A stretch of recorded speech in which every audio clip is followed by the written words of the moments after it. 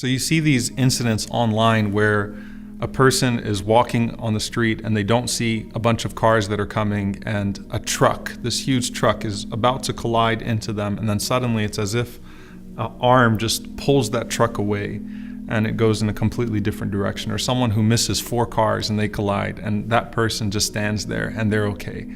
Or in some situations you see someone that is involved in a freak accident, and the guy that's jogging on the beach, and then suddenly a plane hits him while he's jogging on the beach, or something along those lines. And it's like you witness divine decree and precision. You witness that qadr of Allah subhanahu wa ta'ala, that perfect qadr of Allah. And then relate that to your own self.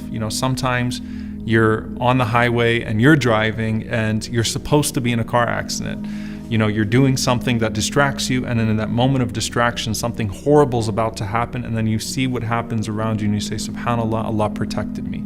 Those that have seen their children, fall, and if they would have fallen just a little bit differently, right, then it would have hit the back of their head, or this would have happened, or that would have happened, and it would have been catastrophic.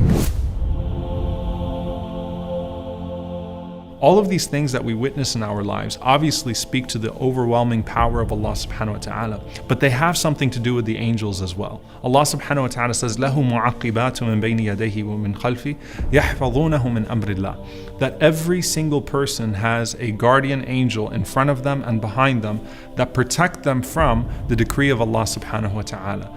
Now that concept requires a lot of reflection. Number one, the mercy of Allah subhanahu wa ta'ala. We're always so paranoid about the devils, the shayateen, they're everywhere, the jinn. Every single human being has only one shaitan assigned to them and 4 angels assigned to them.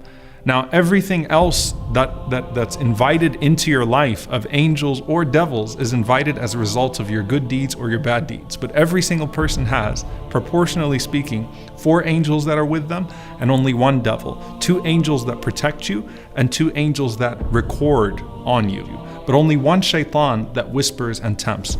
But of course, environments and deeds invite more angels or more shayateen. But what do those guardian angels do, and what role do they play in our lives? Number one, they're always with you. They're with you during the day, they're with you when you sleep at night. They are with you for the most significant and insignificant moments of qadr, moments of divine decree in your life. Mujahid rahimahullah ta'ala, he said that those angels protect you from any wild animal, from any riding animal, from any beast, from any person who wants to harm you. Even a naml fi udhunik, an ant that would be in your ear, if the decree is not upon you to be harmed, those angels will shoo away those bugs. They will push away those objects that are coming your way and protect you. Ali ibn Abi Talib radiyallahu ta'ala anhu, he said, when he was told that there was a tribe, the tribe of Murad, and they were planning to attack him, he said that they cannot harm me with anything unless Allah subhanahu wa ta'ala has decreed it, for Allah has set up guardian angels for each person. And the only time that a person is harmed is when those angels are told to stand down, when they move out of the way. And that's what Ibn Abbas radiallahu ta'ala anhu, he said that out of obedience to Allah subhanahu wa ta'ala, those angels will protect you and they will be there for you, and they will only move out of the way when Allah subhanahu wa ta'ala decrees otherwise. And this is a powerful concept on an individual level, because you think about the story of the Prophet ﷺ and Jibreel alayhi salam protecting him from his enemies, or the Muslims in the Battle of Badr and the angels being sent in hundreds to protect them, to where the Muslims could even see that their enemies were being thrown off of their horses, and the sound of a whip crackling on someone, and they don't see the whip and they don't see who's actually doing it, but they were just seeing these things happen in front of them. Or the Prophet ﷺ talking about the end of times, where Dajjal would try to enter into Medina, but he would find angels at its gate that are protecting it from all directions.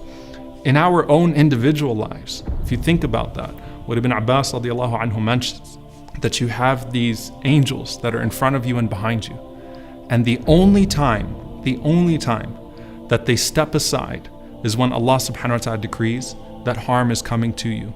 And that harm is what was decreed in the womb, also written by an angel, that your date of death, your lifespan, and that moment for you to go is now. And so those angels move aside when the decree of death comes your way, only for your soul to be transferred to another group of angels with the shroud either of paradise or the shroud of hellfire.